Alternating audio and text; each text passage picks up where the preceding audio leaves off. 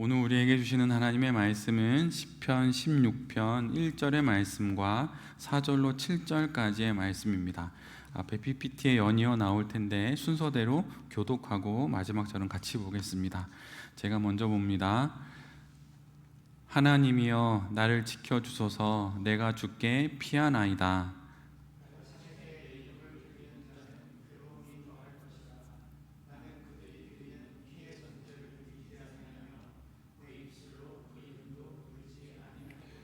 여호와는 나의 산업과 나의 잔의 소득이시니 나의 분깃을 지키시나이다.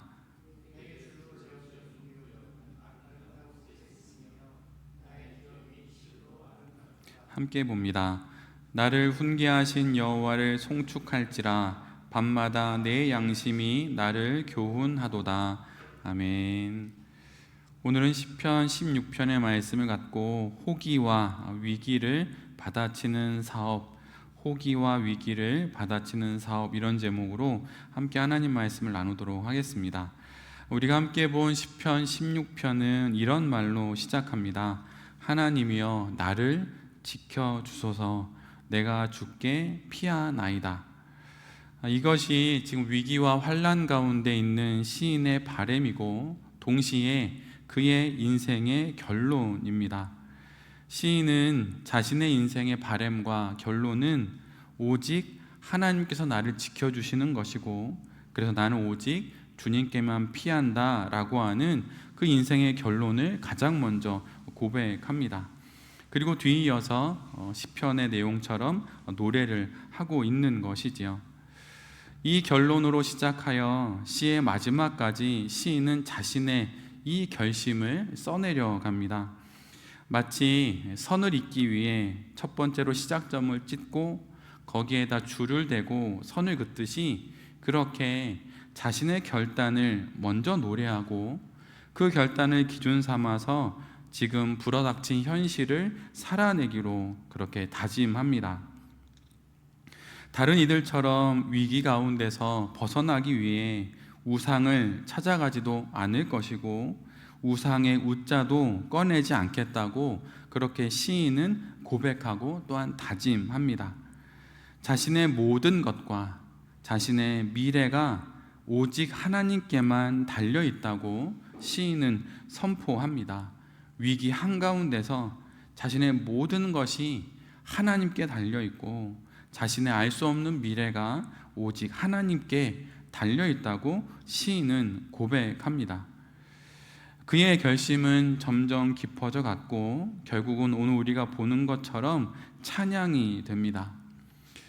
요즘이 코로나 때보다 더 어렵다고 말하는 것을 여러 곳에서 듣게 됩니다. 그래서 곳곳에서 오늘 본문의 1절과 같이 하나님 나를 지켜주십시오. 저는 주님께만 피할 수밖에 없습니다 라고 기도하는 내용들이 많은 것은 아닌가, 이런 생각을 해보기도 합니다. 우리도 인생을 살아가며 또 사업을 경영하며 분명 즐거운 날, 좋은 시기도 있지만 위기의 시기도 맞이하게 됩니다. 그러면 그때 우리는 어떻게 지나가야 할까요? 소위 갑작스럽게 찾아온 기회에 운 좋게 돈을 버는 것을 텐트 치듯 번 돈이라고 말합니다. 반면에 위기와 호기, 호황과 불황을 다 지나 버는 돈은 벽돌을 쌓아 집을 짓는, 그래서 번 돈이라고 그렇게 이야기를 합니다.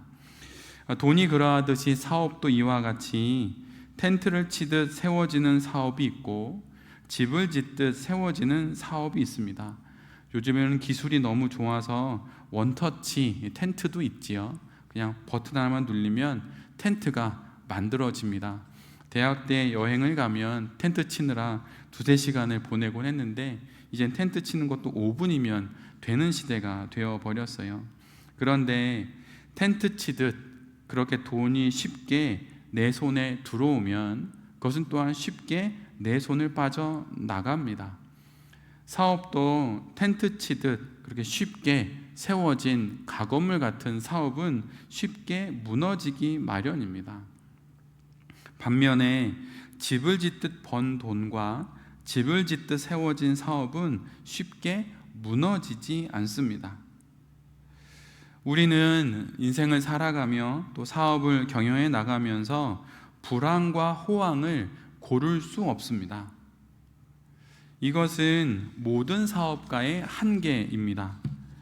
그러기에 사업은 찾아온 호기를 붙잡고 불어닥친 위기를 받아치면서 하는 것이지, 위기는 내치고 호기만을 받아 누릴 수 있는 것이 결코 아닙니다.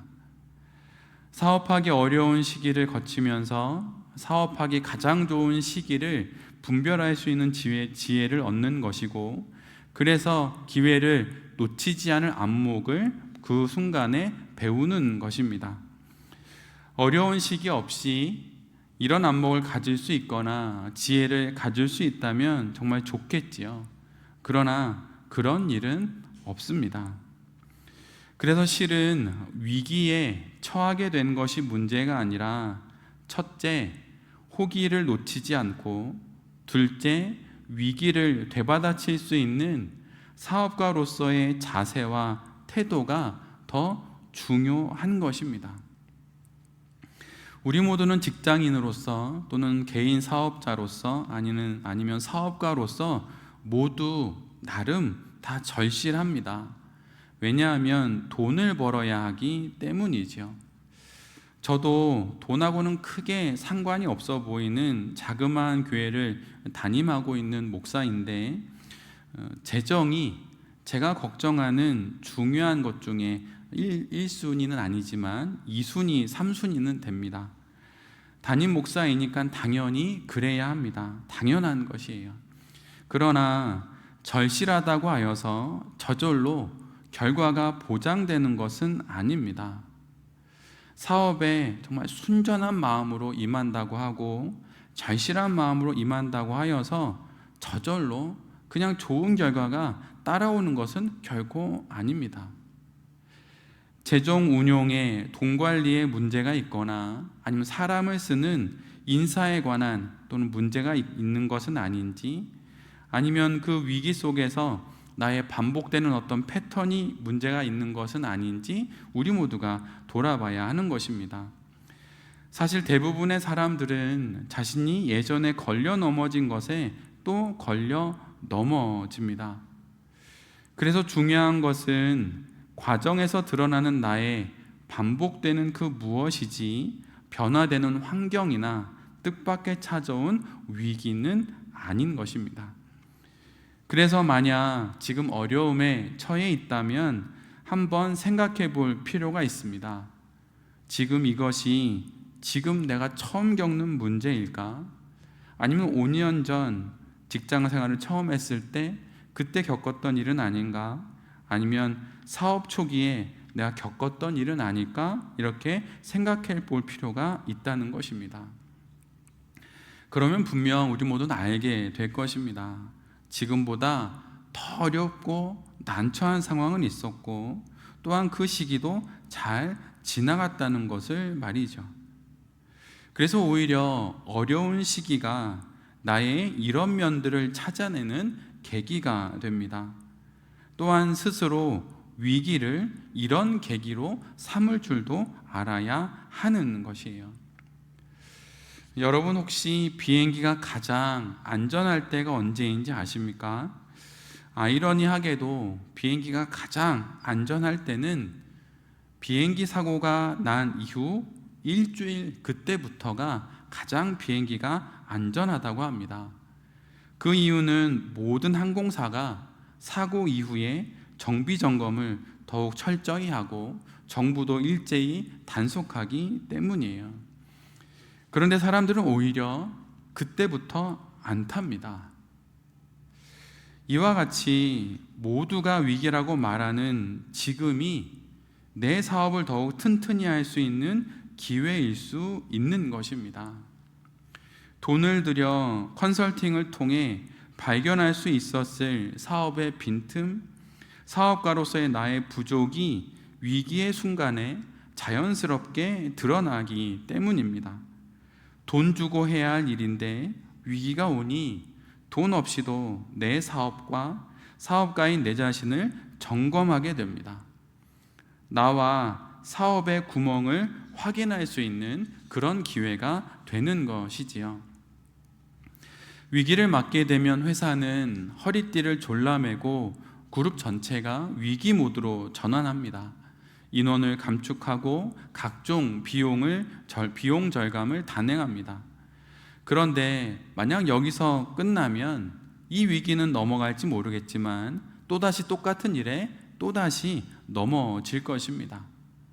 뜻밖의 찾아온 위기를 말하자면 사업의 단식의 기회로 삼아서 아예 사업의 체질을 바꾸어야 하는 것이에요. 인류의 역사 속에 언제나 위기는 있었고 그 위기 속에서 사라진 기업이 있고 또한 새롭게 등장한 기업들이 많이 있습니다. 그래서 위기 자체가 문제가 아니라 그 위기를 내가 어떻게 받아치느냐에 따라 우리의 사업이 또 나의 인생이 또 나의 직장 생활이 달라질 수 있는 것이죠. 지금 세계적으로 가장 유명한 회사 중에 하나가 넷플릭스이지요. 넷플릭스를 창업한 리드 헤이스팅스가 쓴 넷플릭스에 관한 책이 한 권 있습니다.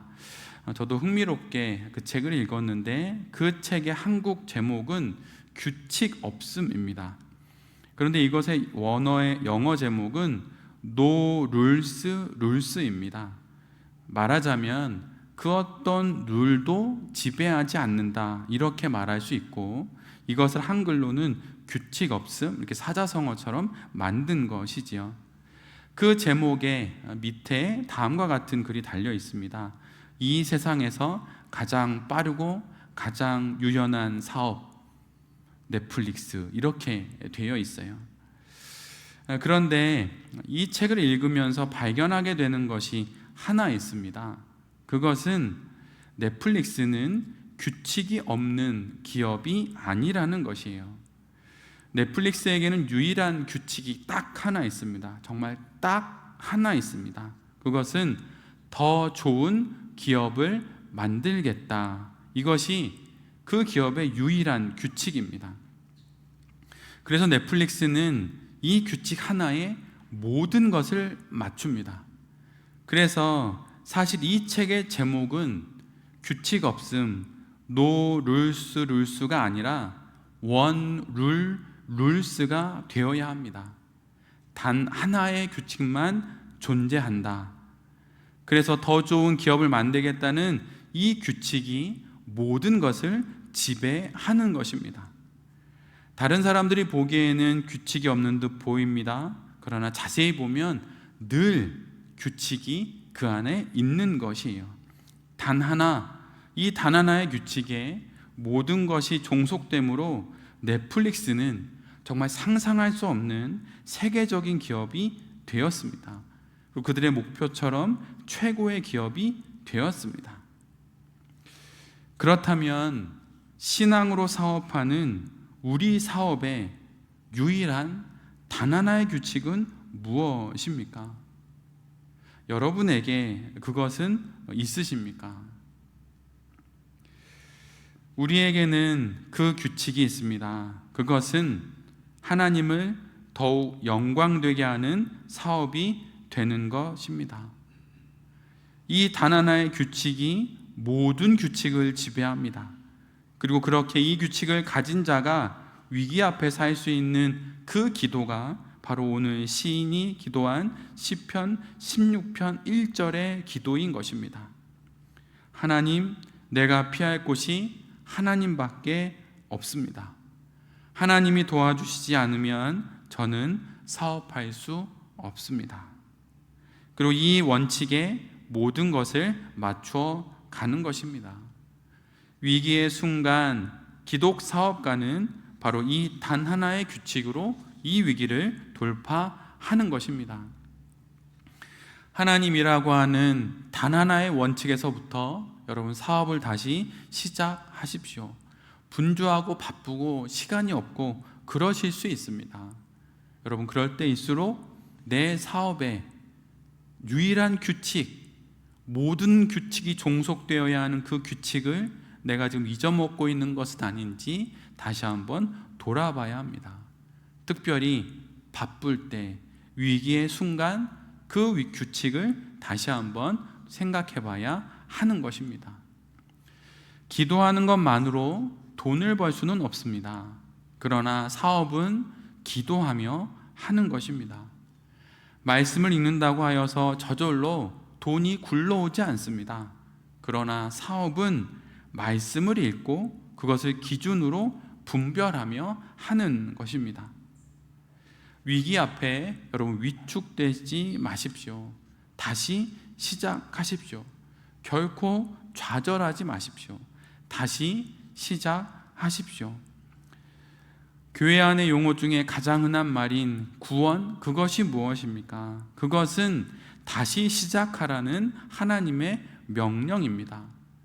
죄 많은 저는 구원받을 사람이 못 됩니다. 그럴 자격이 없습니다. 그럴 때 하나님께서 이렇게 말씀하시는 것입니다. 괜찮다. 다시 시작하거라. 이것이 바로 구원입니다.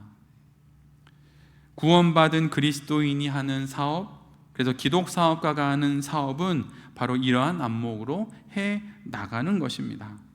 그러니 포기하지 마시고 다시 일어나 힘을 내십시오. 스스로 일어나십시오.